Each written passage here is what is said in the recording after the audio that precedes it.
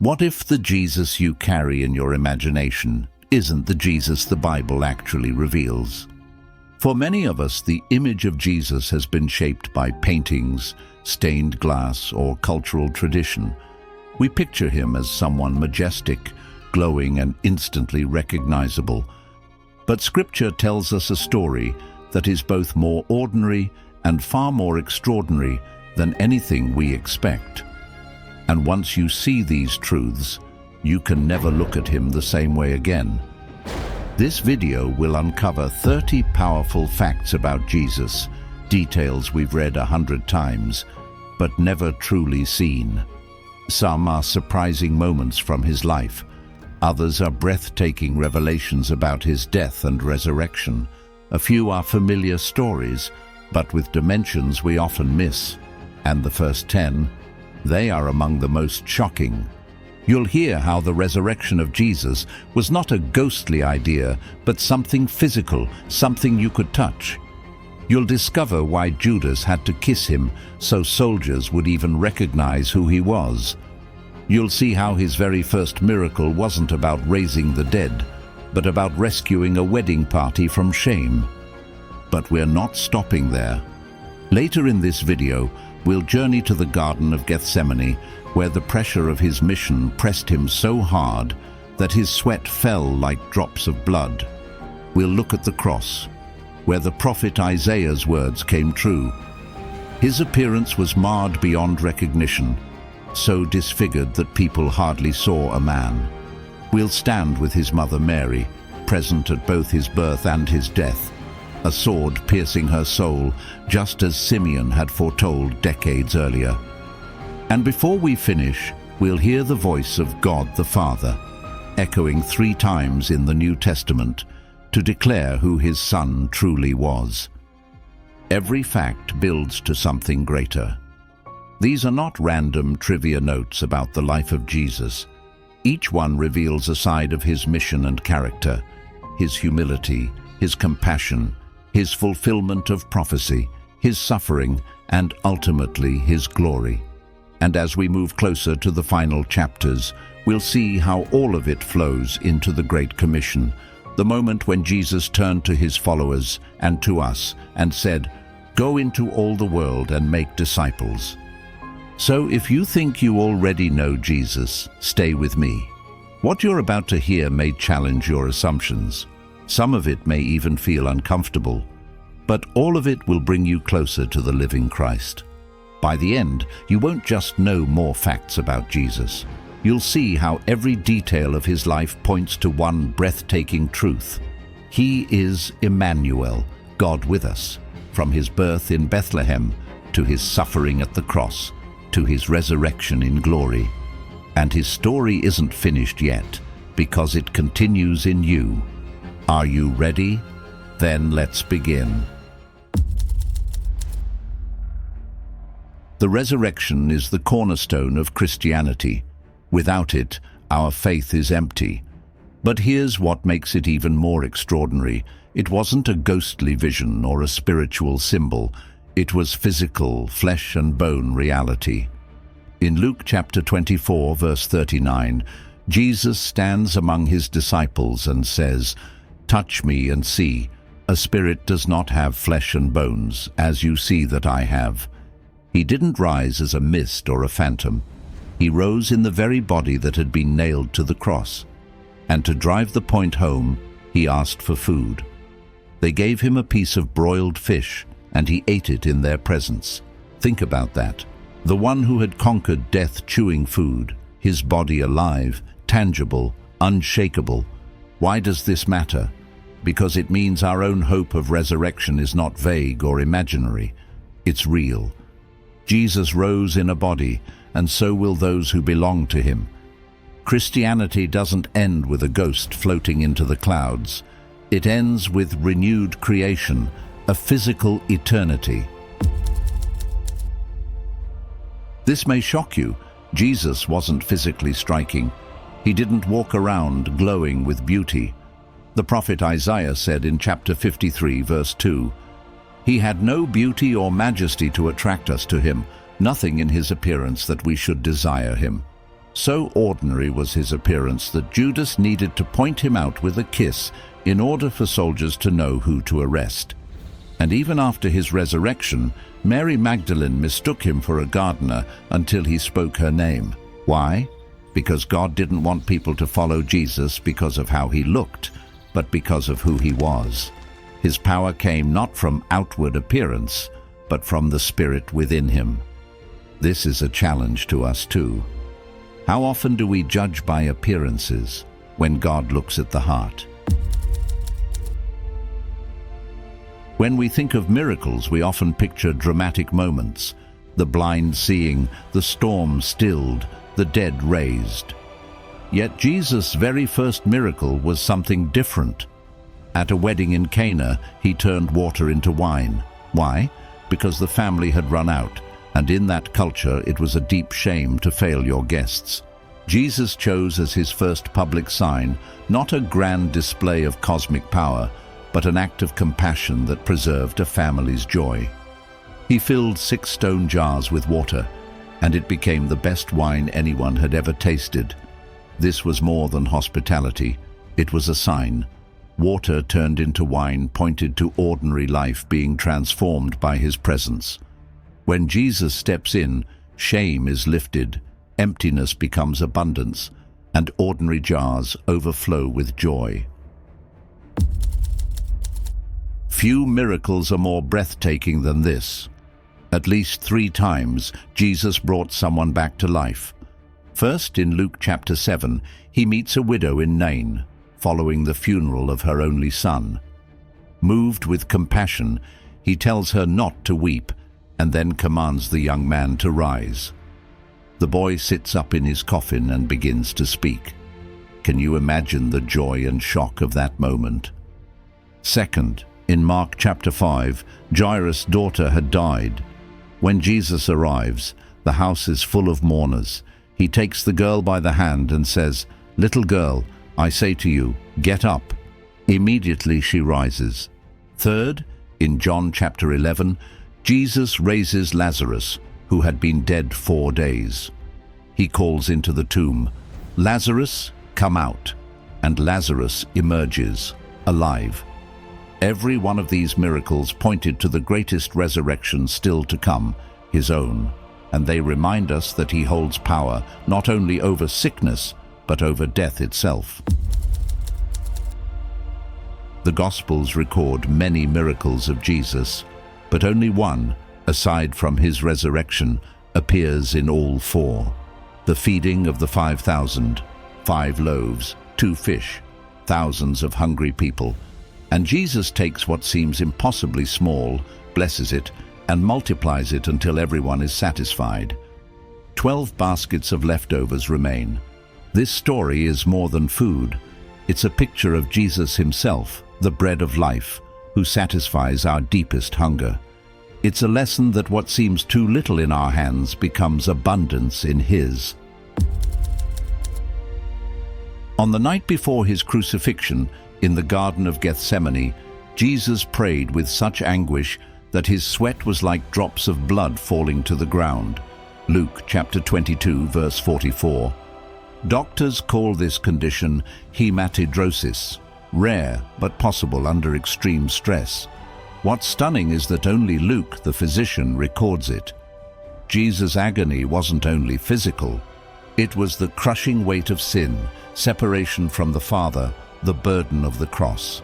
In that moment, he shows us what it looks like to surrender fully. Not my will, but yours be done.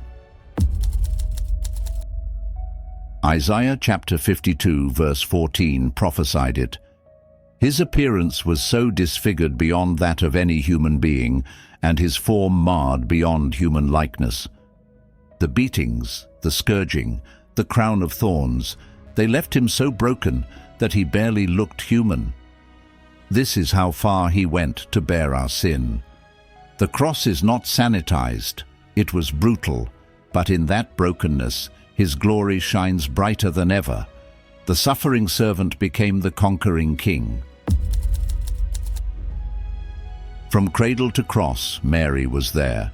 She held him as a newborn in Bethlehem, and decades later she stood at the foot of the cross. Simeon had told her in Luke chapter 2, verse 35, "A sword will pierce your own soul too." And it came true. Watching her son die, the deepest pain pierced her heart. Yet even in that agony, Jesus looked down and cared for her. In John chapter 19, verse 26 to 27, he said to the disciple John, "Here is your mother." This is more than history. It's a glimpse of his heart. Even in death, he provided for his mother. In Mark chapter 1, verse 41, a man with leprosy fell on his knees before Jesus and begged, "If you are willing, you can make me clean." Lepers were untouchable, outcasts forced to live outside the community, but Jesus did something no one expected. He reached out his hand and touched him. Instantly the man was healed. But the miracle wasn't only in the cure, it was in the touch. Jesus could have healed with a word, but he chose to restore dignity first. In that moment, he showed us that God's love is not afraid of our uncleanness. His holiness is greater than our shame. 3 times in the Gospels, the Father's voice broke through. At his baptism, "This is my beloved Son, in whom I am well pleased." At the Transfiguration, "This is my Son, whom I love. Listen to him." Before the cross in John chapter 12, "I have glorified it and will glorify it again." The Father publicly affirmed the Son, not once but 3 times, a declaration not only for him but for us, so that we would know who he truly is. And these are just the first 10. Each one pulls us deeper into the reality of who Jesus is, his power, his suffering, his compassion, his glory. But there's more. His story doesn't only shine in miracles and suffering, it also lives in his hidden years, his family, and the surprising details of his early life. That's where we're headed next. Many great teachers and religious leaders left behind writings. Moses recorded the law, David poured his heart into the Psalms, the prophets filled scrolls with their visions. But Jesus, he never wrote a book, not even a letter, and yet his words have shaped history more than any library combined. Why didn't he write? We can't know fully, but perhaps because his life was the message. His actions were his book. When he healed the blind, it was a living chapter. When he forgave sins, it was a sermon written in flesh and blood. And when he died and rose again, it was the greatest declaration the world has ever read. Most parents agonize over choosing a name, but Mary didn't. In Luke chapter 1, verse 31, the angel told her, "You will conceive and give birth to a son, and you are to call him Jesus." The name was chosen by God himself. In Hebrew, Yeshua means "the Lord saves." Before he spoke a single word, before he performed a single miracle, his very identity declared his mission, salvation. His name wasn't simply a label, it was his destiny. Jesus was born in Bethlehem, and in Hebrew that name means house of bread. Centuries earlier, the prophet Micah had foretold, "But you, Bethlehem Ephrathah, though you are small among the clans of Judah, out of you will come, for me, one who will be ruler over Israel." Micah chapter 5, verse 2. Jesus later declared in John chapter 6, verse 35, "I am the bread of life. Whoever comes to me will never go hungry. Bread that sustains, bread that satisfies, bread that never runs out, born in the very town named after it." The detail is too precise to be coincidence. It was prophecy fulfilled. The Gospels give us only one glimpse into Jesus' childhood, and it's remarkable. At 12 years old, his parents lost him on the way back from Jerusalem. After 3 days of searching, they found him in the temple, sitting among the teachers, listening and asking questions. Luke chapter 2, verse 47 says, Everyone who heard him was amazed at his understanding and his answers. Even as a boy, his wisdom baffled scholars, but when Mary scolded him, he gently answered, "Did you not know I must be in my Father's house?" At 12, he already understood his divine mission. Mark chapter 6 verse 3 records people saying, "Isn't this the carpenter? Isn't this Mary's son?" For years before he ever preached or healed, Jesus worked with his hands. The word used for carpenter can mean builder, someone who worked with wood and stone. He was no stranger to labor. He likely built doors, plows, maybe even homes. The creator of the universe lived as a craftsman, showing us that there is dignity in ordinary work. Before he ever carried a cross, he carried tools. In first-century Palestine, Aramaic was the common tongue. Like all Jewish boys, he learned the scriptures in Hebrew, and in his interactions with Roman officials, he likely used Greek. Why does this matter? Because even in his speech, Jesus bridged worlds. He could speak to villagers in Galilee, debate with scholars in the temple, and converse with Gentiles under Roman rule. His very voice was a foreshadowing of the gospel's reach, from Jerusalem to the ends of the earth. The Gospels mention that Jesus had brothers named James, Joseph, Simon, and Judas, and also sisters. Matthew chapter 13, verses 55 to 56. But during his ministry, they did not believe in him. John chapter 7, verse 5 says plainly, "Even his own brothers did not believe in him." It was only after the resurrection that his brothers came to faith. James became a leader of the church in Jerusalem and wrote the book of James. Jude wrote the short but powerful letter near the end of the New Testament. This is significant. The people who grew up with him, who once doubted him, were later willing to die for the truth that he is Lord. From hidden years in a carpenter's home to a name given by an angel, from brothers who once doubted to a hometown that saw him as ordinary, all of these early details point to something greater. Jesus lived quietly, yet prophecy and purpose surrounded him from the start. But once he stepped into his ministry, everything changed. And that's where we go next. His habits of prayer, his passion, his teaching, and the emotions that showed us the heart of God. In John chapter 11, verse 35, we find the shortest verse in the Bible. Jesus wept. Yet within those two words lies one of the deepest truths about him. Standing at the tomb of his friend Lazarus, knowing he was about to raise him from the dead, Jesus still cried. He entered into the sorrow of the moment.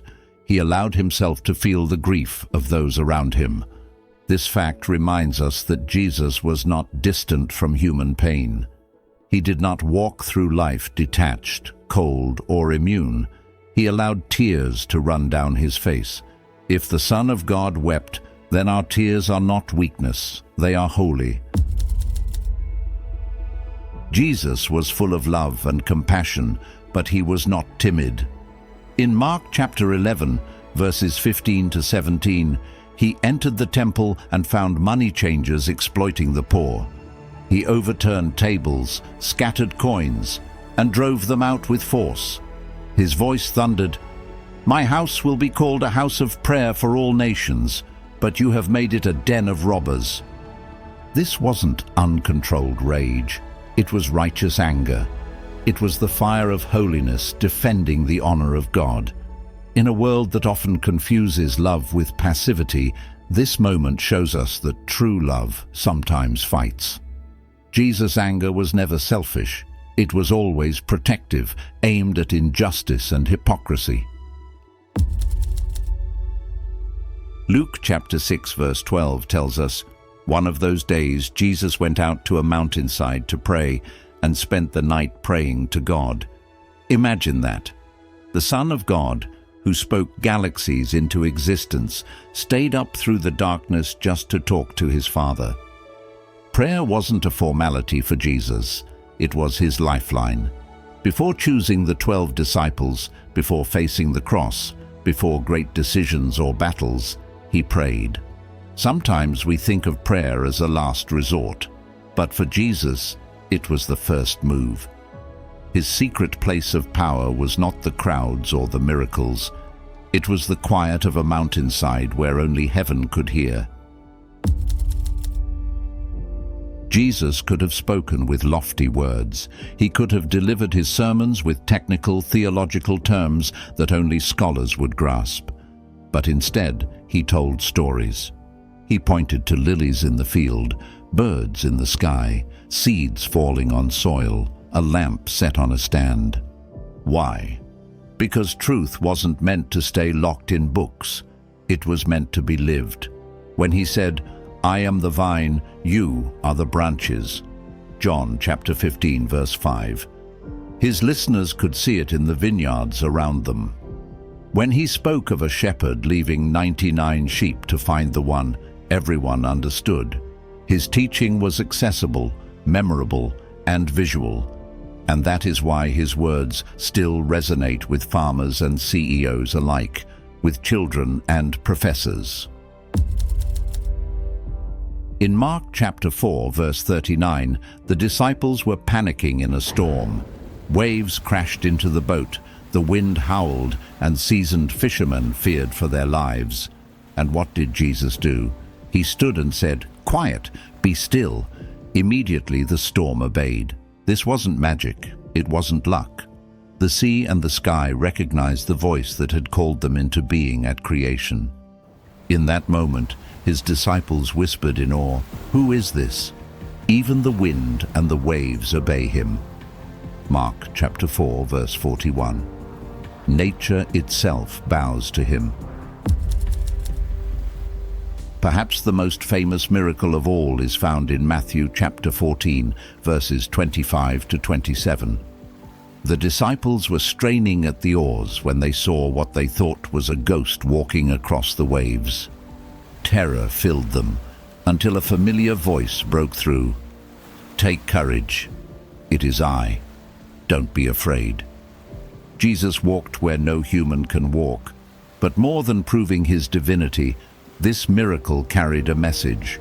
What drowns others cannot drown him. And when Peter stepped out onto the water, it showed us that with faith, his power can carry us where we should never stand. Matthew chapter 14, verse 21 says, "The number of those who ate was about 5,000 men, besides women and children. And what was the supply?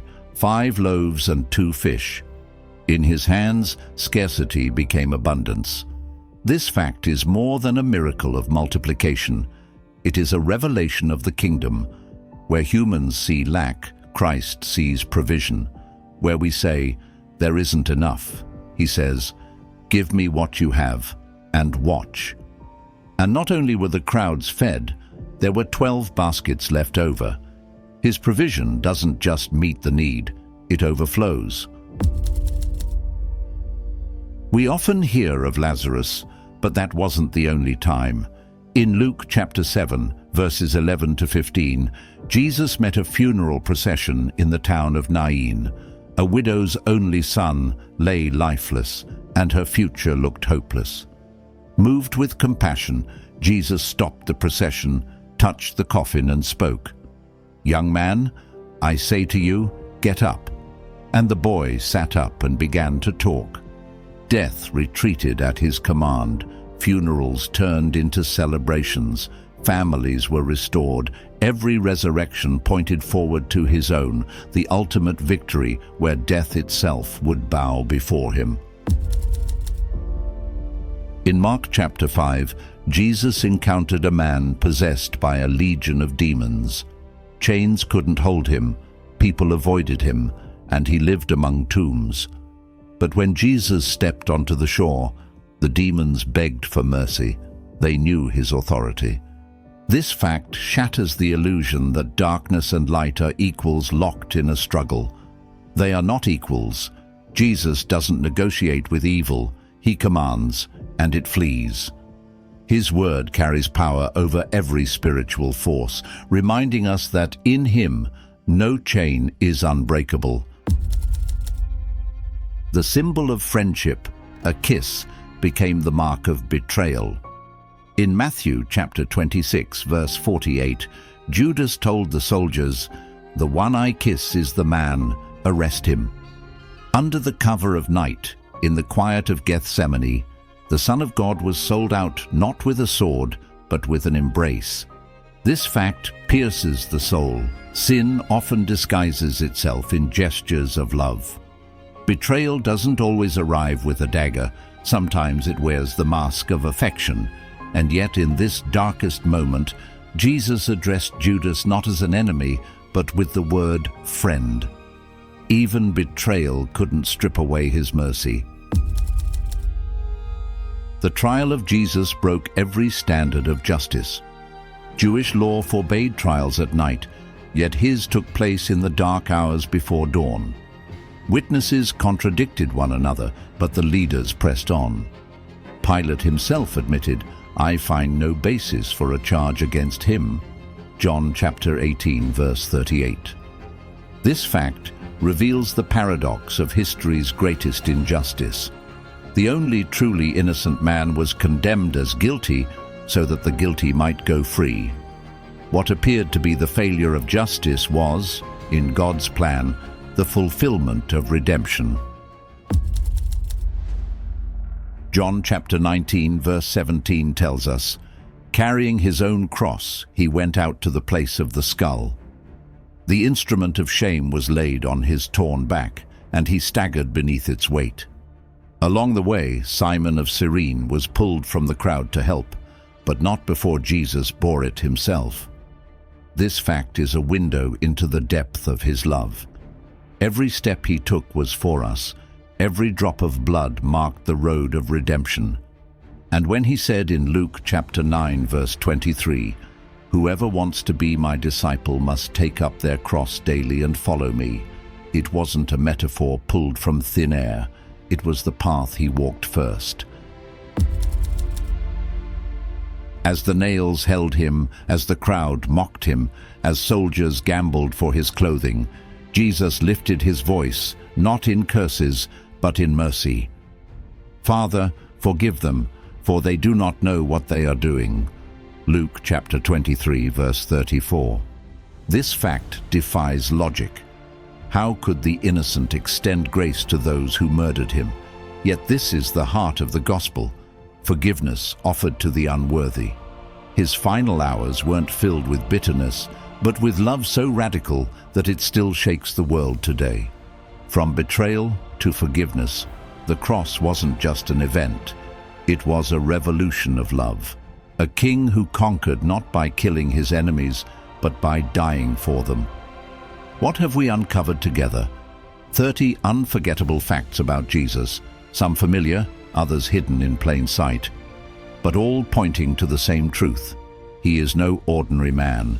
He is the Son of God, the Savior of the world, the one who rewrote history with his life, his death, and his resurrection.